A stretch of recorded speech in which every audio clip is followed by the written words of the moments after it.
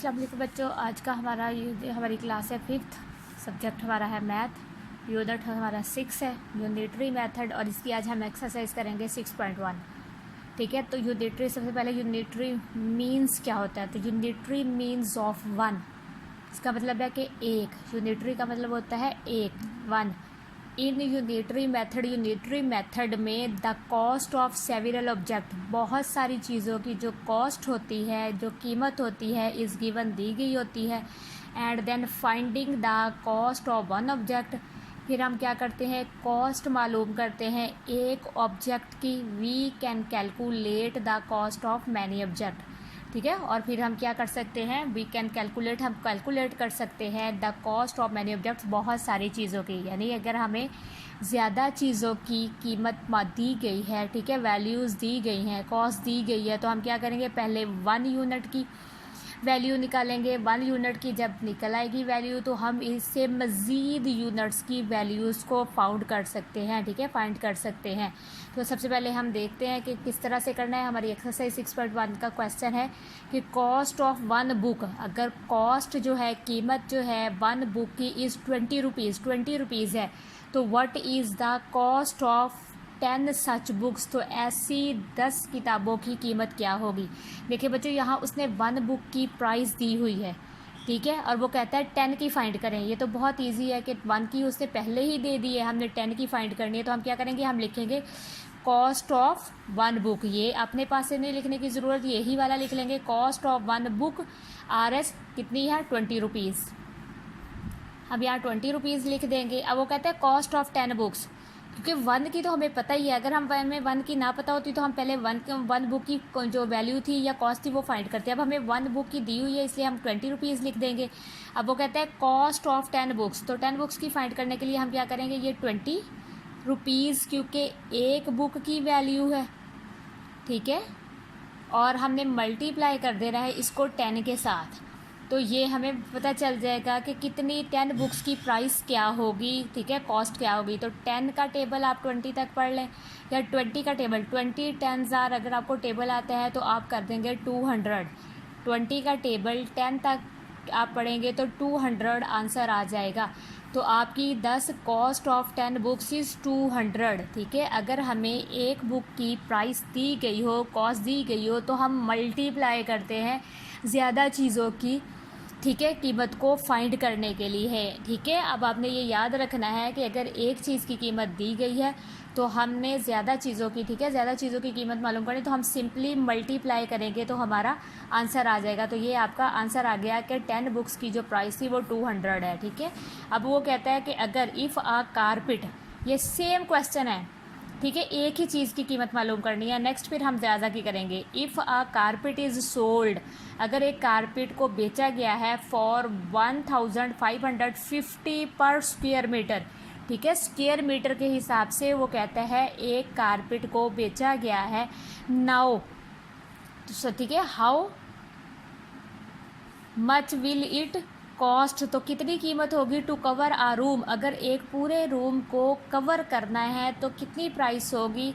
That Maihar 20 square metre, ठीक है, अब वो कहते हैं एक रूम है वो 20 स्क्वेयर मीटर का है, ठीक है, उसको कवर करने के लिए कितनी प्राइस बनेगी। तो बच्चों आपको पहले ही एक बुक की, वो एक कारपेट की, ठीक है, स्क्वेयर मीटर की, 1 स्क्वेयर मीटर की आपको प्राइस दे दी गई है। तो हम लिखेंगे कॉस्ट ऑफ कारपेट 1550 मीटर, ये एम का मीटर है और 2 का मतलब है स्क्वेयर मीटर, ठीक है, 2 इसकी पावर हो जाएगी तो स्क्वेयर मीटर, हम इसको स्लैश की लाइन लगाकर 2 स्क्वेयर मीटर इस तरह से भी लिख सकते हैं। हमें पूरा स्क्वेयर मीटर राइट करने की ज़रूरत नहीं है।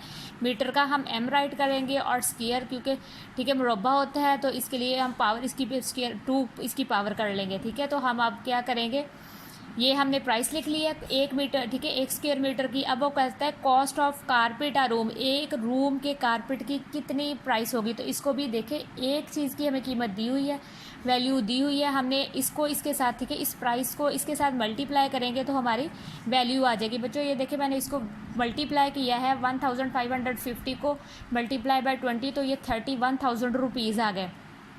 तो हम यहाँ पे लिख देंगे कि 31,000 रुपीज़ जो हैं ये एक रूम के कारपेट की जो वैल्यू है, जो कॉस्ट बनेगी, कॉस्ट, ठीक है, एक रूम की, तो 10 it will cost Rs 31,000 to cover a room. एक रूम को कवर करने के लिए 31,000 रुपीज़ का कारपेट हमें परचेज़ करना पड़ेगा, ठीक है। तो इस तरह से आप इसको कर सकते हैं।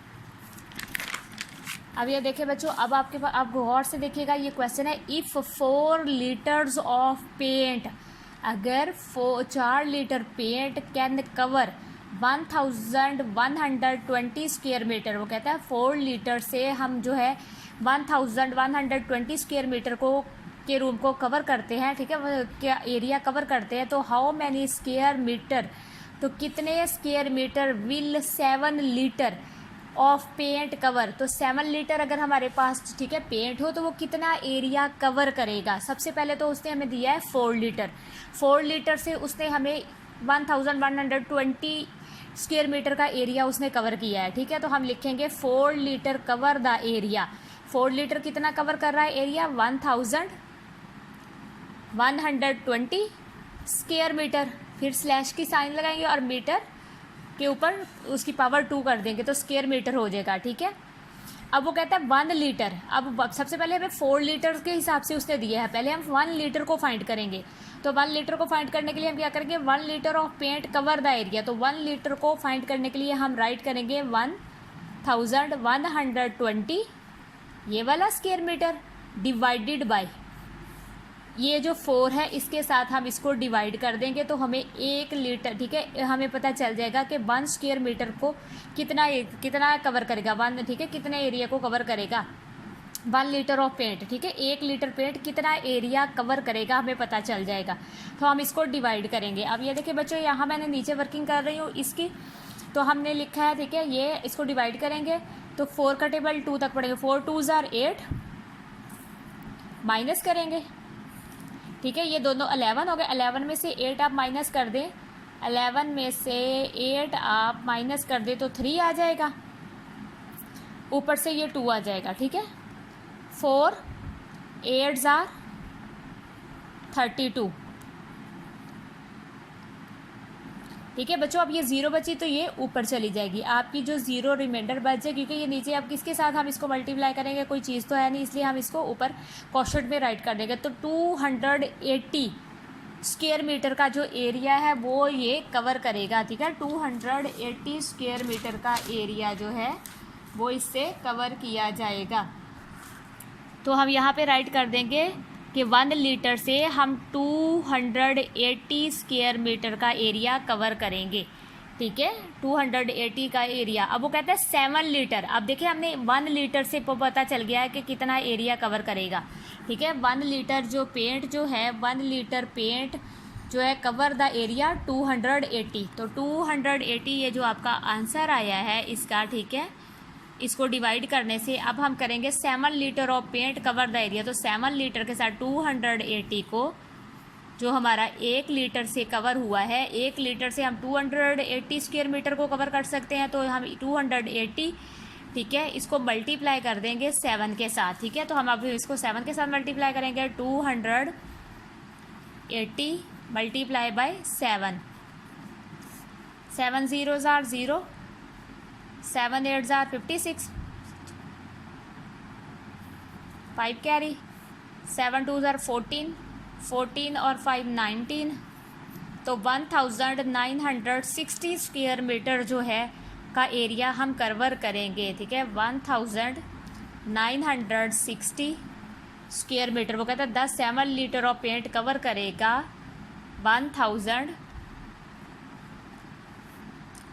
1960 स्क्वायर मीटर, ठीक है, 1960 स्क्वायर मीटर का जो एरिया है वो कवर करेगा, ठीक है, इस तरह से। तो ये स्क्वायर मीटर हमने साथ ज़रूर लगाना है, क्योंकि ये एरिया को कवर कर रहा है, वो स्क्वायर मीटर में बात कर रहा है कि स्क्वायर मीटर में वो कितना एरिया कवर करेगा, तो ये उसका आंसर होगा।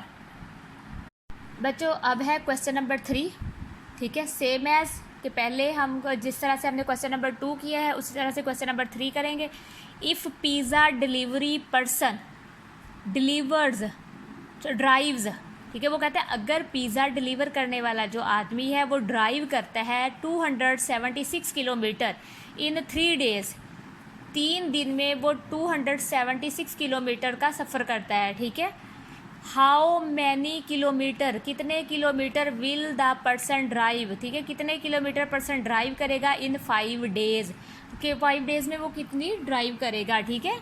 अब देखें इन, हम यहाँ से लिख रहे हैं इन 3 डेज़, यहाँ से इन 3 डेज़ डिलीवरी पर्सन ड्राइव्स, ठीक है, इन 3 डेज़ डिलीवरी पर्सन ड्राइव्स, तो कितने किलोमीटर है 276 बच्चों, ये 276 किलोमीटर 3 डेज़ का है, ठीक है। वो कहता है इन 1 डे डिलीवरी पर्सन ड्राइव, अब एक दिन में वो कितनी ड्राइव करेगा, तो उसके लिए हम क्या करेंगे 276 ये वाला ले लेंगे किलोमीटर, ठीक है, और डिवाइडेड बाय 3 डेज़ के साथ इसको डिवाइड कर देंगे तो हमें पता चल जाएगा कि कितने किलोमीटर वो एक दिन में करता है। तो इसके लिए हम देखें 3 9s are 27, ठीक है, और ये 6 नीचे आ जाएगा आपका, ठीक है, और 3 2s are 6, ठीक है, तो 92,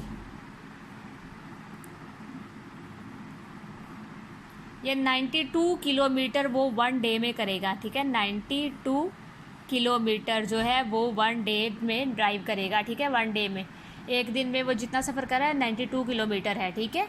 तो इन 5 डेज़, अब 5 डेज़ डिलीवरी पर्सन ड्राइव, तो 5 डेज़ में भी कितना करेगा, हम क्या करेंगे, ये जो हमारा आंसर है 92 किलोमीटर को मल्टीप्लाई कर देंगे 5 के साथ, ठीक है, ये 92 किलोमीटर को हम मल्टीप्लाई करेंगे 5 के साथ, हमें पता चल जाएगा कि वो 5 दिन में 5 डेज़ में कितना ड्राइव करेगा। तो 92 multiply by 5, 92 multiply by 5, 5 2s are 10, 1 carry, 9 5s are 45 और 1 46, 460 किलोमीटर। तो हम ये वो बॉय जो है 460 किलोमीटर ड्राइव करेगा इन 5 डेज़, हम लिखेंगे 10 the person will drive 460 kilometre in 5 days, ठीक है। अब आपको समझ आ गई है कि आपने क्या करना है। अगर आपको ज़्यादा दिन दिए गए हैं तो सबसे पहले आपने डिवाइड करके जो आपको अमाउंट दी गई है या जो वैल्यू या जो कॉस्ट या जो किलोमीटर आपको दिए गए हैं उसको आपने जितने डेज़ हैं या जितनी प्राइस है उसके साथ आप डिवाइड करेंगे तो आपका 1 डे का निकल आएगा। तो 1 डे को फिर आप मल्टीप्लाई करेंगे। जब आपको एक दिन की चीज़ मालूम हो जाती है तो फिर उससे आप ज़्यादा डेज़ की चीज़ें फाइंड कर सकते हैं, फिर उसको आप मल्टीप्लाई करेंगे, ठीक है। अगर तो एक दिन की दी है तो सिंपली हम मल्टीप्लाई करेंगे तो हमारे पास ज़्यादा दिन की कॉस्ट आ जाएगी, ठीक है। लेकिन अगर हमारे पास देखें ज़्यादा दिन दिए हुए हैं और पहले हम एक दिन की मालूम करेंगे, एक दिन की फाइंड करने के बाद फिर हम मज़ीद उसको मल्टीप्लाई करके ज़्यादा दिन की फाइंड कर सकते हैं। तो आपने ये क्वेश्चन इसी तरह से करने हैं बच्चों, बस आपको सिर्फ समझने की ज़रूरत है कि आपने इसको करना कैसे है और आप इसको रिपीट भी करेंगे। अब हमारे पास क्वेश्चन है परवेज़ अर्न RS 3600 इन 4 डेज़, ठीक है। परवेज़ जो है 4 डेज़ में 3600 कमा रहा है, अर्न कर रहा है, ठीक है। How many days will it take, कितने दिन वो लेगा him to earn 4500।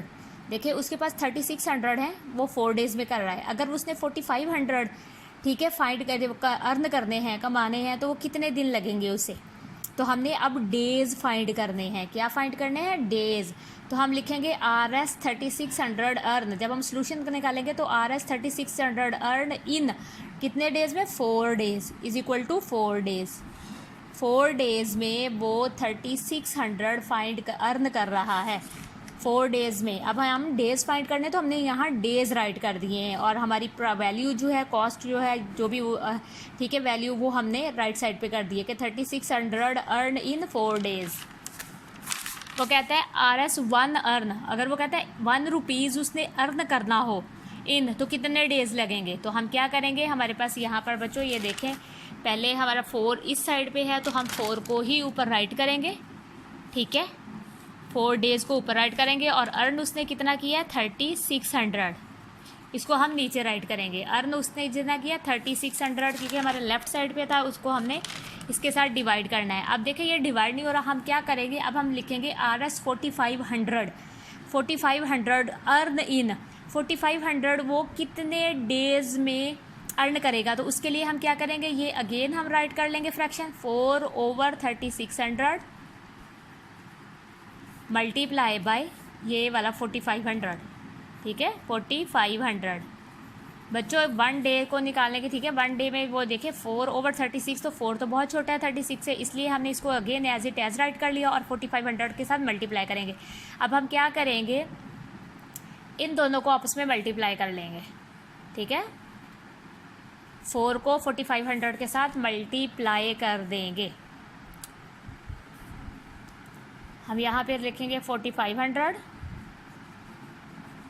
Multiply by 4, 4 0 0, 4 0 0, 4 5 20, 0 2 carry, 4 4 16, 17 18, तो ये 18,000 हो जाएगा, ठीक है। तो 18,000 क्या हो गया, 18,000,